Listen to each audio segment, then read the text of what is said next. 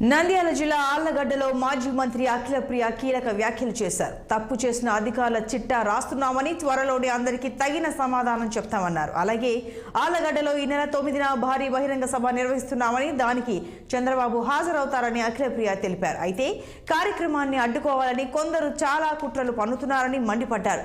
ఎవరు ఎన్ని కుట్రలు పన్నినా మౌనంగా ఉండాలని కార్యకర్తలకు ఆమె సూచించారు.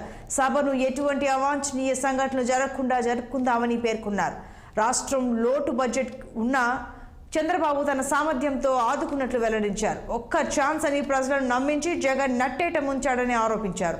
రాష్ట్రంలో రాక్షస పాలన పోయి రాముడి పాలన రావాలని, దానికి అందరూ కృషి చేయాలని పిలుపునిచ్చారు అఖిలప్రియ. వాళ్ళు ఎన్ని విధాలుగా ఏం ప్రయత్నాలు చేసినా అది మాకు అడ్వాంటేజ్ అవుతుందే తప్ప మీకు ఎటువంటి ఉపయోగం ఉండదని చెప్పి కూడా మరొకసారి మీ అందరికి నేను తెలియజేసుకుంటున్నాను.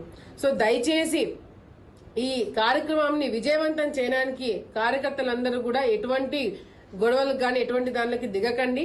ఏదైనా ఉన్నా కూడా స్మూత్ గా జరగాలి. చంద్రబాబు నాయుడు గారి ప్రోగ్రామ్ డిస్టర్బ్ చేయడానికి గతంలో యువగలంని ఎట్లా డిస్టర్బ్ చేయాలని చెప్పి చూశారో, మళ్ళీ ఇప్పుడు కూడా ఆ డిస్టర్బెన్స్ చేయాలని కావాలనే ప్రయత్నాలు కూడా చేస్తారు. కానీ అందరం కూడా కామ్ గా ఉండి అందరం కూడా ఈ కార్యక్రమాన్ని విజయవంతం చేసుకోవడానికి మీద మాత్రమే మన దృష్టి పెట్టాలని చెప్పి కూడా మరొకసారి ప్రజలందరికీ, అదేవిధంగా నా కార్యకర్తలకి, లీడర్లందరికీ కూడా తెలియజేసుకుంటున్నాం.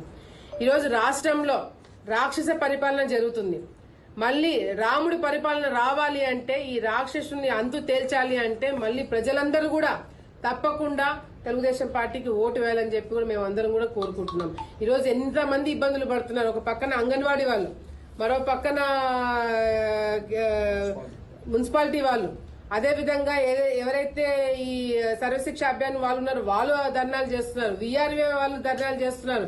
ఇంకా కొన్ని రోజులు ఉంటే వాలంటీర్లు కూడా చేస్తారేమో.